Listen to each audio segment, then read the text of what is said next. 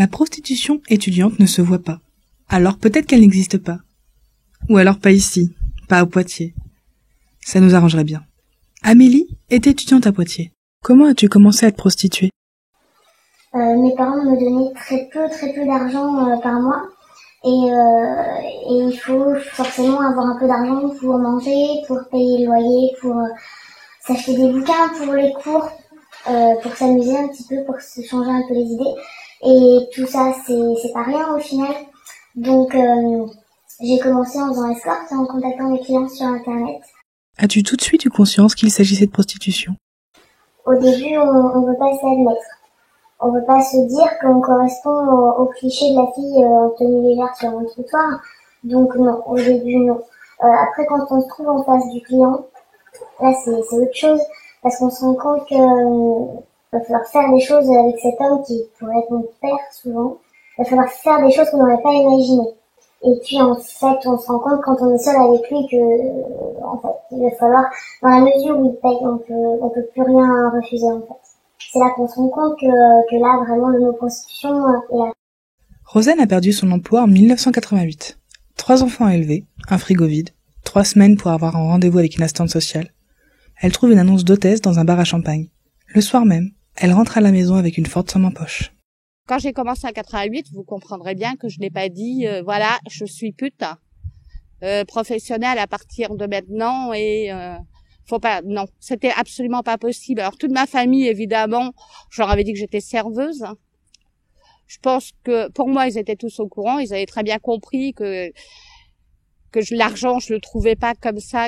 Et je pense que c'était moi qui m'étais mis dans la tête que j'étais serveuse. J'avais fait un déni complet de mon activité pour me protéger, pour continuer à vivre. En parlais-tu à ton entourage? Dans un premier temps, non, absolument pas. C'était vraiment secret absolu. Et puis à un moment donné, j'ai eu besoin de me confier.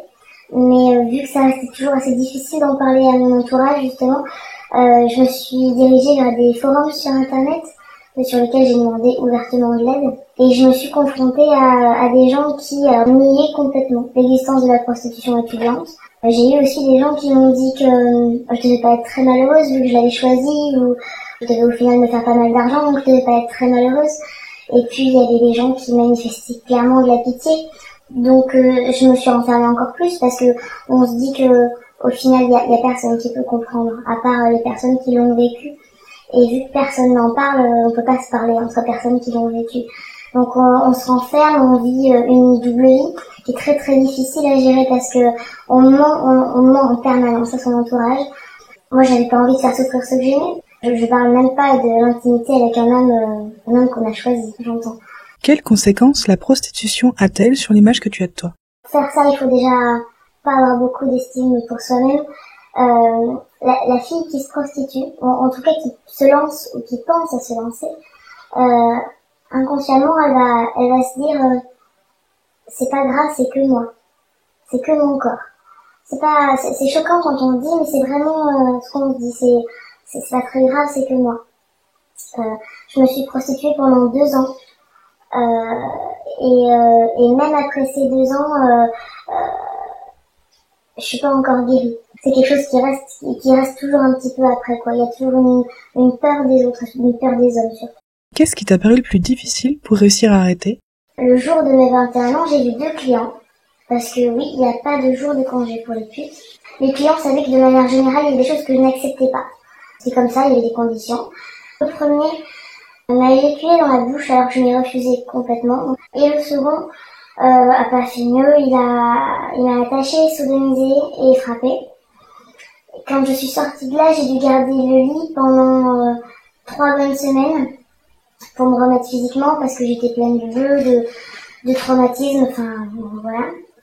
Donc il faut garder à l'esprit que la prostitution étudiante et la prostitution tout court, c'est ça. C'est pas juste une petite merdeuse qui trouve un bel homme de 40 ans, qui fait son affaire et puis qui va s'acheter un sac de marque.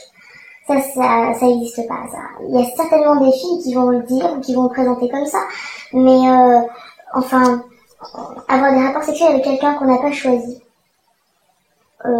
c'est pas très sain à la base, quoi. Ça marche pas comme ça. normalement. Donc forcément, il va y avoir des séquelles à côté. J'ai pris rendez-vous avec une association d'aide aux prostituées, et donc c'est ce jour-là que j'ai arrêté. C'était le 24 février 2011.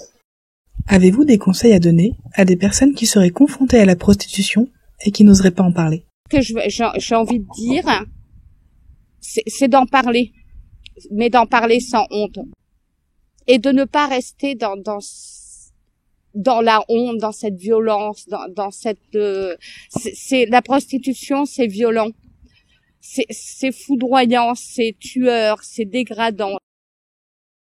Contacter une infirmière, un médecin, une assistante sociale, une association, n'importe quoi, mais surtout ne pas rester seul. Parce que c'est continuer le cercle vicieux. Moi, je suis allée à la médecine préventive, et donc là, j'ai pas été jugée, j'ai pu craquer un bon coup. J'ai été écoutée, je pouvais parler crûment, ça c'est important, parce que ses proches, on peut pas parler crûment, parce que ça fait très mal d'entendre des mots crus.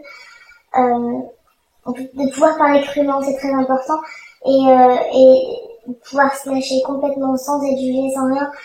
C'est certain que sans les personnes de la médecine préventive, j'aurais replongé, c'est certain. Osez en parler, c'est un pas vers la sortie.